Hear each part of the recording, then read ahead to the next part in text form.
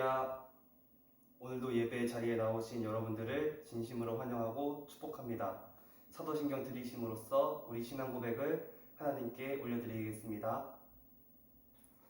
전능하사 천지를 만드신 하나님 아버지를 내가 믿사오며 그 외아들 우리 주 예수 그리스도를 믿사오니 이는 성녀로 잉태하사 동정녀 마리아에게 나시고 본디오 빌라도에게 고난을 받으사 십자가에 못 박혀 죽으시고 장사한 지 사흘 만에 죽은 자 가운데서 다시 살아나시며 하늘에 오르사 전능하신 하나님 우편에 앉아 계시다가 저리로서 산자와 죽은 자를 심판하러 오시리라.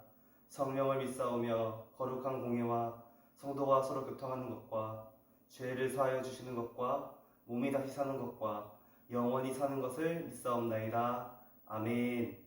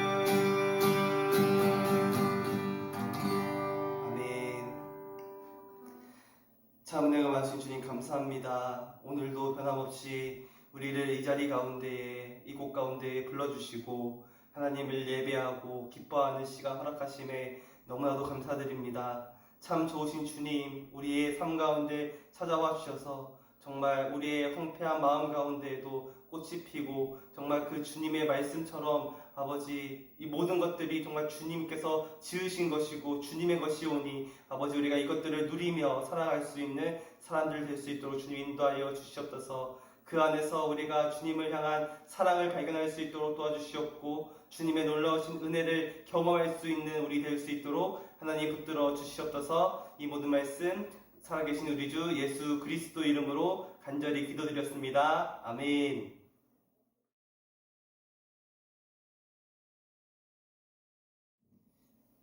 오늘 우리 같이 살펴볼 하나님 말씀은 창세기 18장 16절에서 33절까지의 말씀입니다.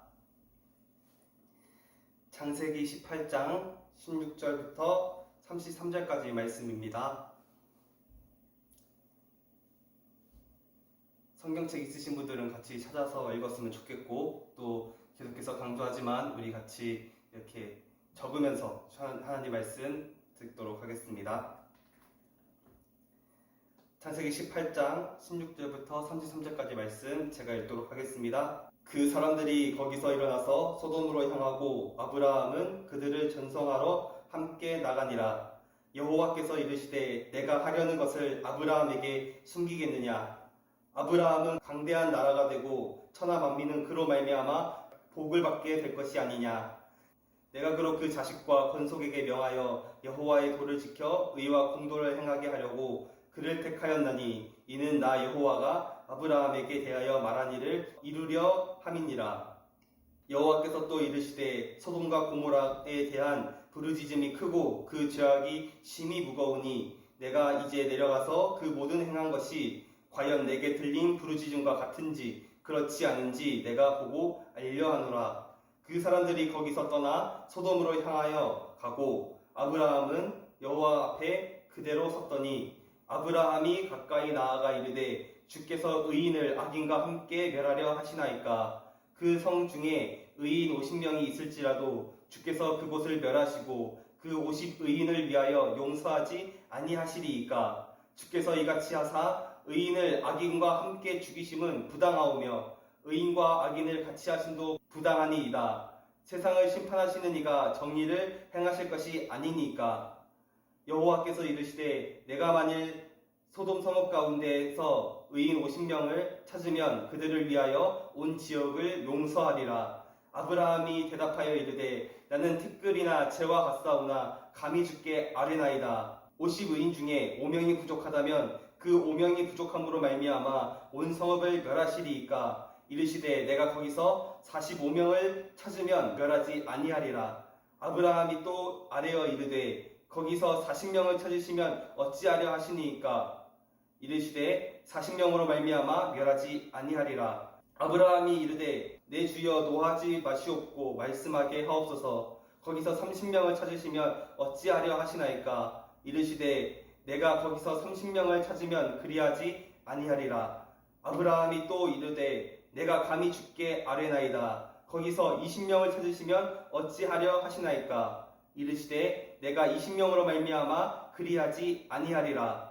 아브라함이 또 이르되 주는 노하지 마옵소서. 내가 한 번만 더 아뢰리이다. 거기서 10명을 찾으시면 어찌하려 하시나이까. 이르시되 내가 10명으로 말미암아 멸하지 아니하리라.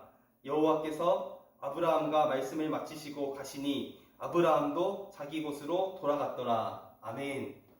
자, 한번 같이 따라해 볼까요? 당신은 의인입니까? 당신은 의인입니까? 네, 오늘은 이 제목을 가지고 우리 같이 하나님 말씀을 같이 나누어 보려고 합니다. 사랑하는 우리 중고등부 친구들 한 주 동안도 주님 안에서 건강하게 잘 지내셨나요?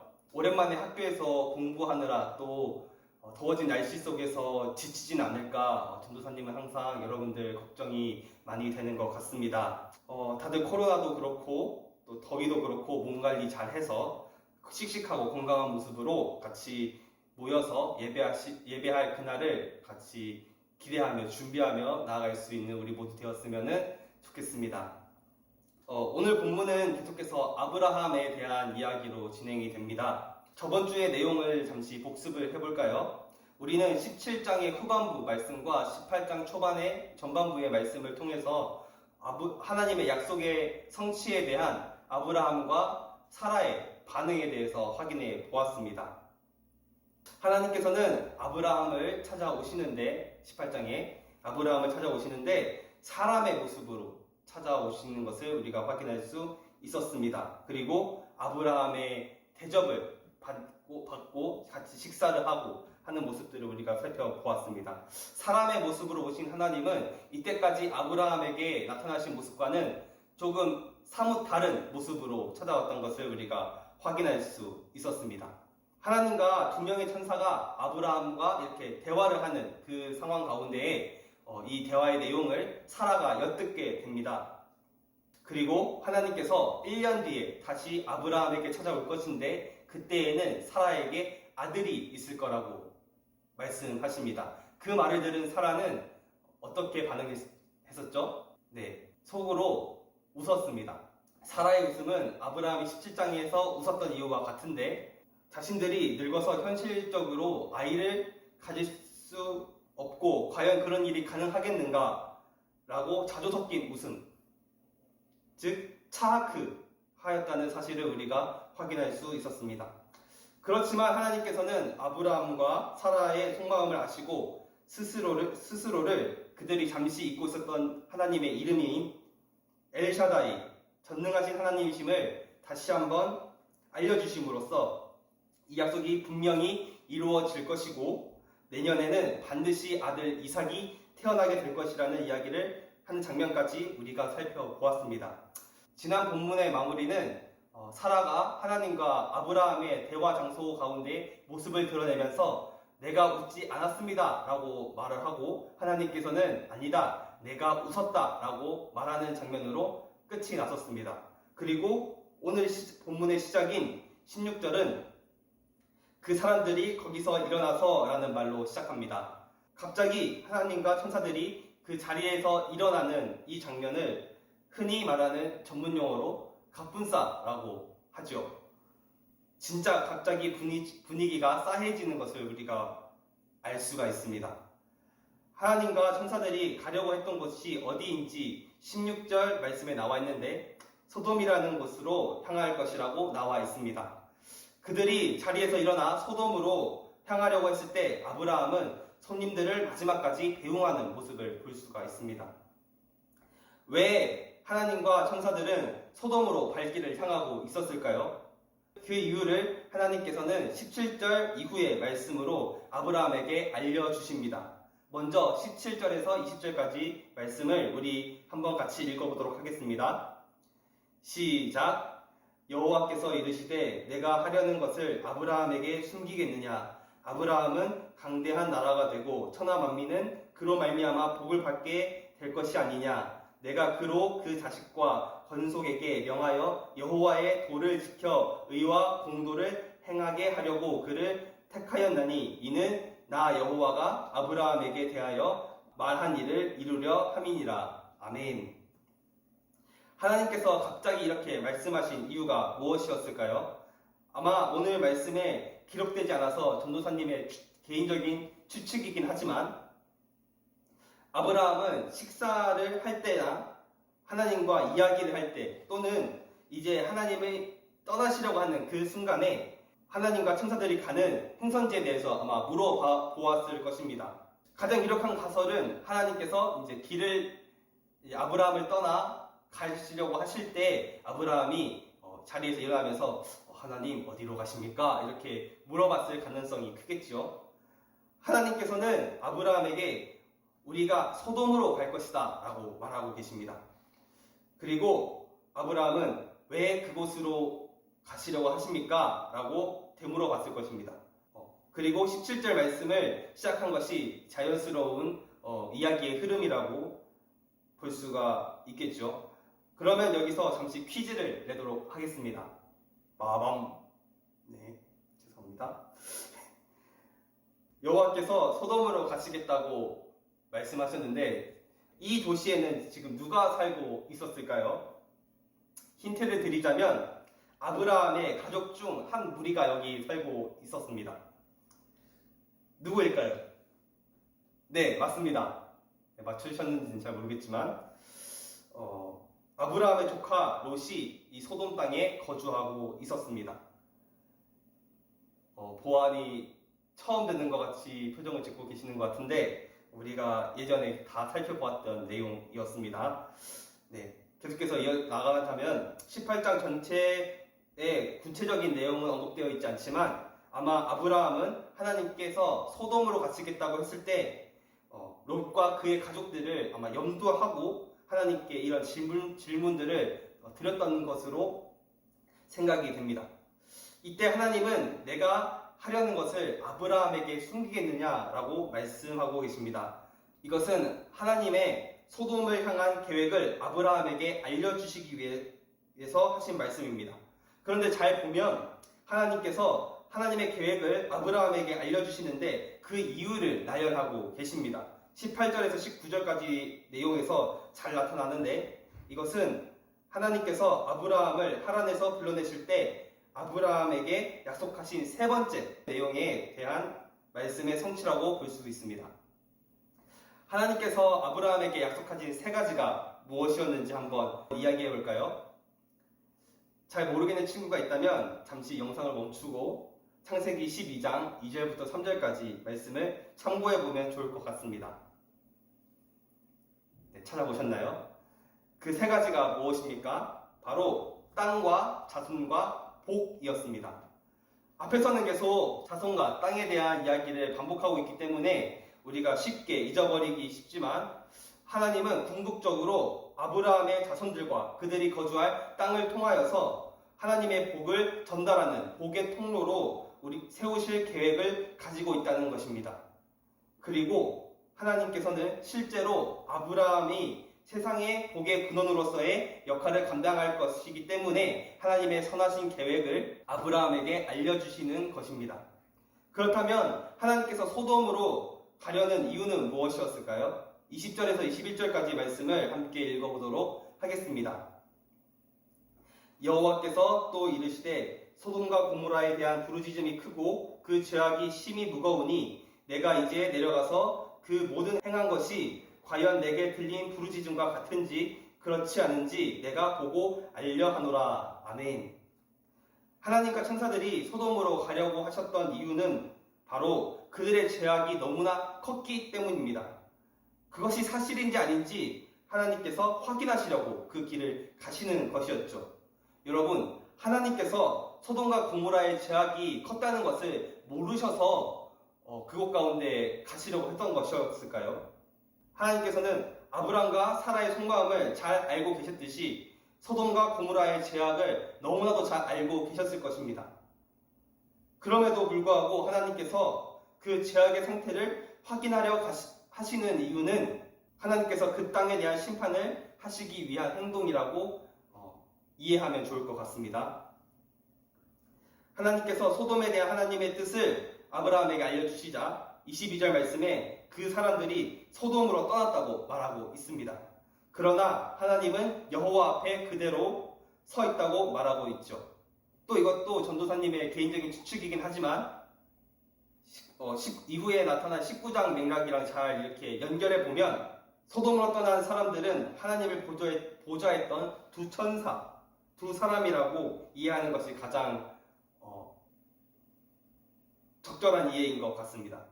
19장 1절의 말씀을 보면 저녁 때에 그 두 천사가 소돔에 이르니 라고 말하면서 천사들을 그라는 영어의 정관사 더에 해당하는 단어를 사용하면서 19장에 등장하는 두 천사가 사실 아브라함이 하나님과 함께 만났던 두 사람, 두 천사였다는 것을 말하고 있는 것입니다. 두 사람이 떠나자 아브라함이 하나님과 1대1로 대화를 하는 장면을 볼 수가 있습니다. 이 대화는 마지막 절인 33절까지 쭉 이어지는 대화의 내용인데 이 대화를 자세히 보면 반복되는 패턴이 있습니다. 그것이 무엇인지 우리 차근차근 살펴보길 원합니다. 먼저는 23절에서 26절까지의 말씀입니다. 함께 읽어보도록 하겠습니다. 시작. 아브라함이 가까이 나아가 이르되 주께서 의인을 악인과 함께 멸하려 하시나이까. 그 성 중에 의인 50명이 있을지라도 주께서 그곳을 멸하시고 그 50의인을 위하여 용서하지 아니하시리이까. 주께서 이같이 하사 의인을 악인과 함께 죽이심은 부당하오며 의인과 악인을 같이 하심도 부당하니이다. 세상을 심판하시는 이가 정의를 행하실 것이 아니니이까. 여호와께서 이르시되 내가 만일 소돔 성읍 가운데에서 의인 50명을 찾으면 그들을 위하여 온 지역을 용서하리라. 아멘. 아브라함은 하나님 의인과 악인을 함께 멸하려고 하십니까? 그 성 안에 의인이 50명이 있다면 하나님께서 그 50명으로 말미암아 그 땅을 용서해 주시지 않으시겠습니까? 라고 하나님께 간청하고 있는 장면을 확인할 수 있습니다. 여기서 아브라함은 의인을 악인과 함께 죽이는 것도 부당하며 의인과 악인을 같이 하심도 부당하나이다 라고 말하고 있는데, 이것도 그냥 읽어보면 조금 이해하기 힘든 것 같지만 간단하게 설명하면 하나님께서 의로우신 재판관이시기 때문에 의인과 악인을 함께 죽이시는 것도 부당하고 또 의인을 악인과 동일시하는 것도 부당하다고 지금 호소하고 있는 것입니다. 그렇기 때문에 아브라함은 만약에 소돔에 의인이 50명이 있으면 그 50명을 통해서 소돔과 고모라의 심판을 잠시 보류해달라고 이렇게 간청하고 있는 것입니다. 그리고 하나님의 반응 역시 그런 아브라함의 간청을 받아들이는 모습을 볼 수가 있습니다. 26절에서 하나님은 의인 50명이 있다면 용서하시겠다고 말씀하고 계십니다. 아브라함은 여기서 멈추지 않고 다시 한번 하나님께 간청합니다. 27절에서 28절까지 말씀인데 또 같이 읽어보도록 하겠습니다. 시작. 아브라함이 대답하여 이르되 나는 티끌이나 재와 같사오나 감히 주께 아뢰나이다. 50의인 중에 5명이 부족하다면 그 5명이 부족함으로 말미암아 온 성읍을 멸하려 하시리이까. 이르시되 내가 거기서 45명을 찾으면 멸하지 아니하리라. 아멘. 이번에 아브라함은 정말 간절하고 공손하게 하나님께 말하고 있음을 우리가 확인할 수 있습니다. 제가 먼지나 재와 같이 작은 자이지만 하나님의 심판을 좌지우지할 수 있는 사람은 아니지만 만약 소돔에 50명에서 5명이 부족한 45명을 찾으신다면 그래도 그 땅을 멸하실 것인지 묻고 있는 것입니다.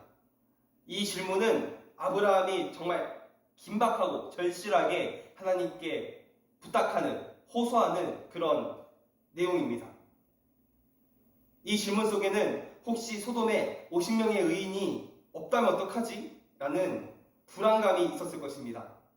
그렇기 때문에 5명을 뺀 45명의 의인이 있다면 하나님께서 소돔을 용서해 주실지 아닐지를 묻고 있는 것입니다. 그리고 하나님께서는 이번에도 아브라함에게 소돔에서 45명의 의인을 찾는다면 내가 그들을 용서하겠다라고 말씀하고 계십니다. 그러나 아브라함은 마음이 편하지 않았습니다. 그래서 계속해서 하나님께 간청하고 있습니다. 29절에서는 또 5명을 뺀 40명을 이야기하고 있고 30절에서는 더 과감하게 10명을 뺀 30명에 대해서 이야기하고 있습니다. 31절을 보면 또 거기서 10명을 뺀 20명을 이야기하고 있습니다. 여기서 계속해서 하나님께서는 40명을 찾아도 30명을 찾아도 20명을 찾아도 내가 그들을 용서하겠다라고 말씀하고 계십니다. 그리고 마지막으로 아브라함은 하나님께 다시 한번 간청하는 장면을 볼 수 있습니다. 32절 말씀입니다. 함께 읽어보도록 하겠습니다. 시작. 아브라함이 또 이르되 주는 노하지 마옵소서. 내가 한 번만 더 아뢰리이다. 거기서 10명을 찾으시면 어찌하려 하시나이까. 이르시되 내가 10명으로 말미암아 멸하지 아니하리라. 아멘. 아브라함은 하나님께 계속해서 숫자를 줄여가면서 이야기하고 있었기 때문에 혹시나 하나님께서 심기가 불편해 하시진 않았을까라는 생각에 정말 공손하게 첫 시작을 하나님 노하지 말고 들어주십시오 주십시오. 제가 한 번 더 부탁드리겠습니다. 라고 말하고 있습니다. 이제는 거기서 또 다시 10명을 뺀 10명의 의인을 소돔에서 찾으신다면 그 땅을 용서해 주실 것인지 묻고 있습니다. 그리고 하나님께서는 마지막으로 의인 10명을 찾아도 그 땅을 멸하지 않겠다. 그 땅을 용서하겠다라고 다시 말씀하십니다. 그리고 아브라함의 곁을 떠나시죠. 그리고 33절의 말씀을 보면 하나님이 떠나시자 아브라함도 자기가 있던 장막으로 돌아갔다고 나와 있습니다. 우리가 오늘 살펴본 말씀은 사실 조금은 무거운 내용의 이야기입니다. 소돔과 고모라라는 땅이 죄악으로 가득 차자 하나님께서는 그 땅 가운데 심판을 내리시기로 작정하셨습니다. 그러던 도중에 아브라함이 그런 하나님의 계획을 듣고 그 땅의 심판을 잠시 보류해달라고, 멈춰달라고 간청하고 있는 장면을 우리가 볼 수가 있습니다. 아브라함이 그토록 소돔 땅에 내려질 하나님의 심판을 계속해서 보류해달라고, 용서해달라고 말하고 있었던 이유가 무엇이었을까요? 바로 자신의 조카 롯이 거기에 있었기 때문입니다. 롯은 아브라함에게 있어서 정말 소중한 존재였고 아들과 같은 존재였습니다. 이스마엘과 이삭이 태어나기 전에는 자기의 후계자라고 생각할 만큼 정말 아끼고 소중하게 생각했던 사람이었습니다.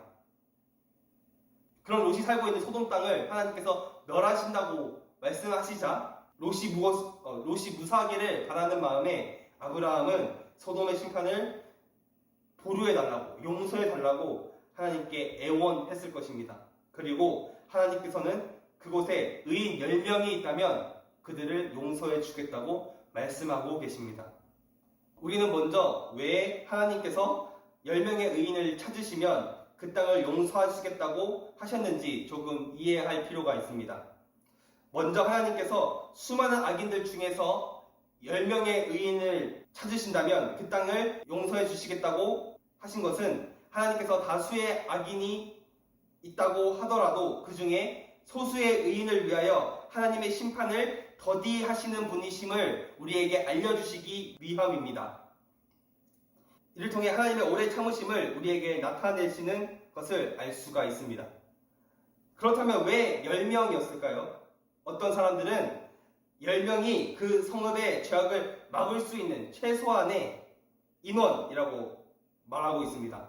일리 있는 말이지만 저는 조금 더 나아가서 생각했으면 좋겠습니다. 제 개인적으로 생각했을 때 열이라는 숫자는 히브리 문화에서 완전함을 의미하고 있습니다. 그렇기 때문에 10명의 의인은 그 성 전체의 완전함을 나타내는 숫자인데 10명의 의인이 없다는 것은 결국 그 성읍이 하나님 앞에 온전하지 못하다는 것을 나타내는 것이죠. 그렇다면 더 나아가서 하나님이 찾으시는 의인은 누구일까요?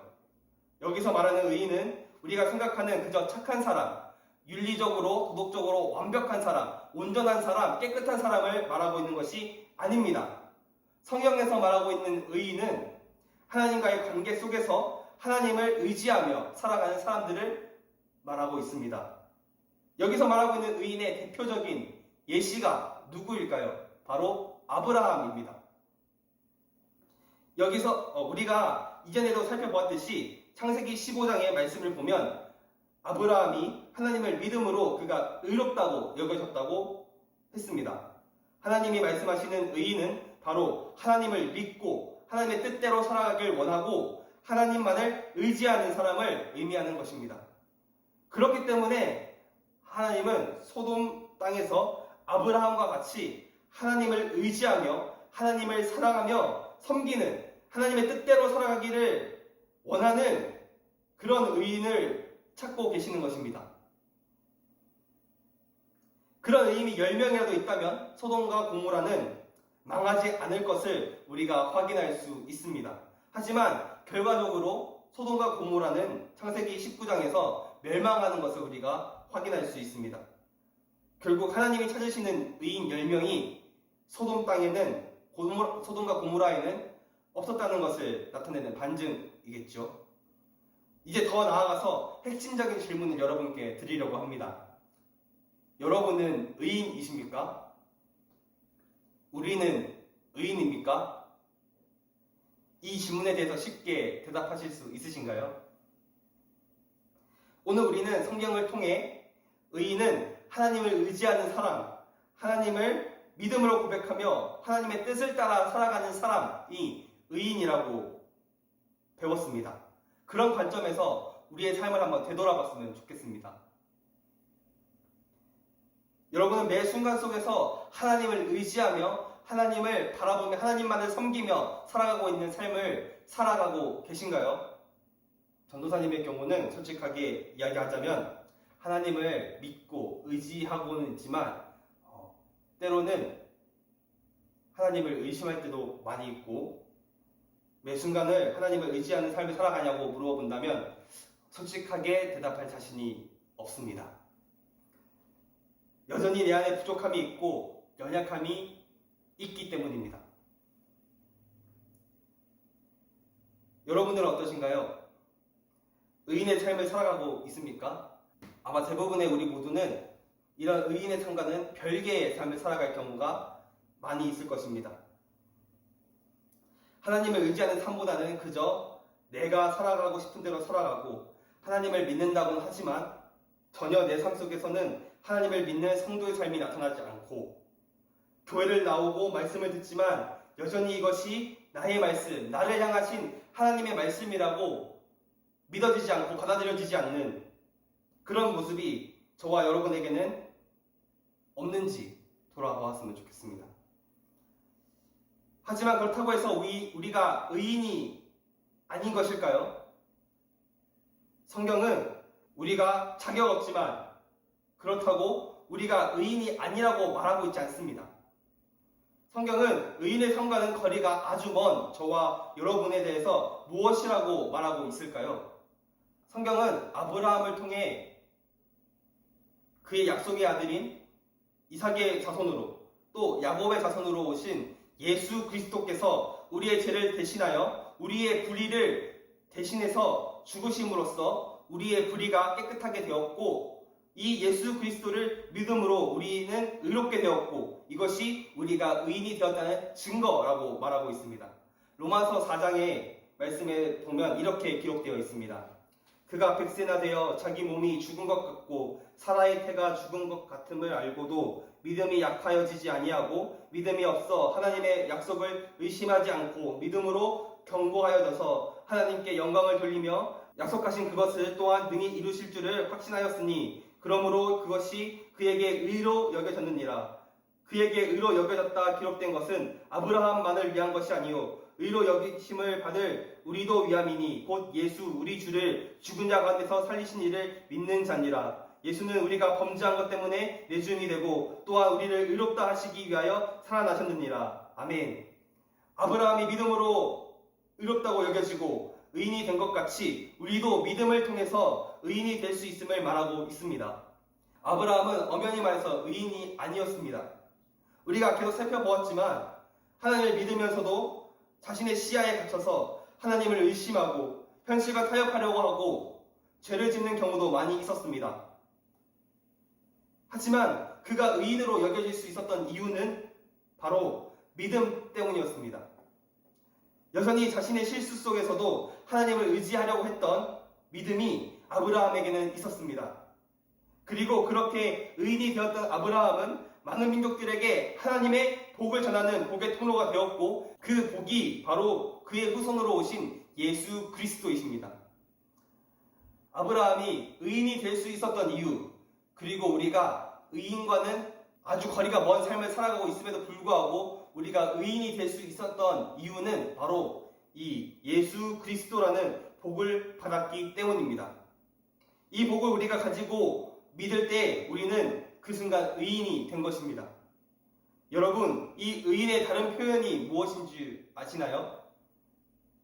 그것은 바로 하나님의 백성, 하나님의 자녀, 성도입니다.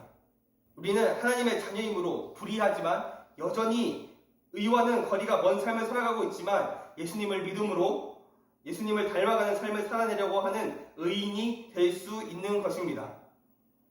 불의한 사람을 의인으로 불러주시는 이것이 바로 은혜이고 복인 것입니다. 그렇다면 마지막으로 우리는 의인으로서 어떤 삶을 살아가야 할까요? 오늘 본문 처음 부분인 18절에서 19절을 읽어보면 하나님께서 아브라함을 통해 복의 통로, 복의 근원이 될 것이라고 말씀하고 계십니다. 의인은 그저 착하고 성실하게 사는 삶에 머무는 것이 아닙니다. 의인의 사명은 복의 통로로서 살아가야 하는 것입니다. 여러분, 우리는 하나님의 자녀입니다. 그렇기 때문에 우리는 의인이고 복의 통로입니다. 왜냐하면 우리를 대신해서 예수님께서 죽으시고 부활하셨고 그 예수님이 우리의 복이 되셨기 때문입니다. 그렇기 때문에 우리는 하나님과 거리가 멀었던 불의했던 사람들이었음에도 불구하고 예수님을 믿음으로 고백할 때 의인이 되는 복을 가질 수 있었던 것입니다. 그렇다면 우리는 어떤 삶을 살아야 할까요? 이 복을 전하는 삶을 살아야 하는 것입니다. 이 복은 돈을 잘 벌고 건강하고 전교 1등하고 1등급 받고 학교에서 인싸가 되고 수능 만점 받고 좋은 학교 좋은 직장 들어가고 하는 일마다 잘 풀리는 그런 복이 아닙니다. 그것보다 더 근본적이며 이것들보다 더 고차원적인 개념의 복입니다. 이 복은 바로 예수 그리스도입니다. 우리가 의와는 거리가 멀지만 그럼에도 우리를 의인으로 불러주시는 하나님의 은혜, 우리는 여전히 약하고 부족하고 추악하고 더러운 죄인이지만 그럼에도 불구하고 우리를 하나님의 자녀로 불러주시는 그 사랑, 이것이 복이 아니면 어떤 것이 복이겠습니까? 여러분, 우리는 이 복을 나누어야 합니다. 예수님을 모르는 친구들에게 이 복을 전해야 합니다. 우리는 예수 그리스도라는 복을 이미 가진 사람들이기 때문입니다. 이것을 그저 나만 갖고 있겠다고 욕심 부리는 것이 아니라 나만 알고 있겠다고 하는 것이 아니라 흘려보낼 줄 아는 삶을 살아가는 것, 진정한 복이 예수 그리스도라는 것을 믿지 않는 친구들에게 전하는 것, 이것이 바로 의인의 삶이 되어야 합니다. 여러분, 물이 고이면 썩어서 마실 수 없게 되는 것처럼 예수 그리스도라고 하는 이 복음도 마찬가지입니다. 우리끼리만 모여서 좋고 기쁜 것을 넘어서서 이 복을 나누어 줄 수 있을 때 우리는 올바른 의인의 삶을 살아갈 수가 있는 것입니다. 말씀을 정리하도록 하겠습니다. 오늘 우리는 하나님께서 죄악이 가득한 소돔 땅을 심판하려 하는 상황 속에서 아브라함의 간절한 부탁을 통해 의인이 누구인지에 대해서 살펴보았습니다. 의인은 도덕적으로, 윤리적으로 깨끗하고 완전하고 완벽한 사람을 말하는 것이 아니라 하나님과의 관계에 있어서 하나님을 신뢰하며 하나님을 믿고 하나님을 의지하는 사람이 바로 의인이라고 배웠습니다. 하나님이 찾으시는 의인은 이런 사람입니다. 그러나 아브라함도 그렇고 우리도 그렇고 진짜 온전한 의미의 의인으로서 살아가고 있습니까? 아니요. 우리는 그럴 수가 없습니다. 우리는 완벽한 의인이 될 수가 없습니다. 왜냐하면 우리는 죄인이기 때문입니다. 우리는 하나님과의 관계가 깨어져 버린 죄인들입니다. 그렇지만 딱 한 사람, 유일한 의인이 있습니다. 그는 바로 아브라함의 후손으로 오신 예수 그리스도이십니다. 그분은 하나님이시며 죄가 없으신 완벽하시고 완전하신 분이십니다. 그런 예수님이 우리를 위해 대신 죽으시고 부활하심으로써 우리의 죄 문제가 해결되었고 우리는 그분을 믿음으로 의인이 되는 참복을 누리게 되었습니다. 그런 우리가 의인으로서 살아가기 위해서 필요한 것은 바로 이 복되신 예수 그리스도를 전하는 삶을 사는 것입니다. 믿지 않는 친구나 가족들에게 예수님을 전하는 삶이 바로 의인의 삶인 것입니다. 여러분, 서사는 기독교인들이 많을까요? 적을까요?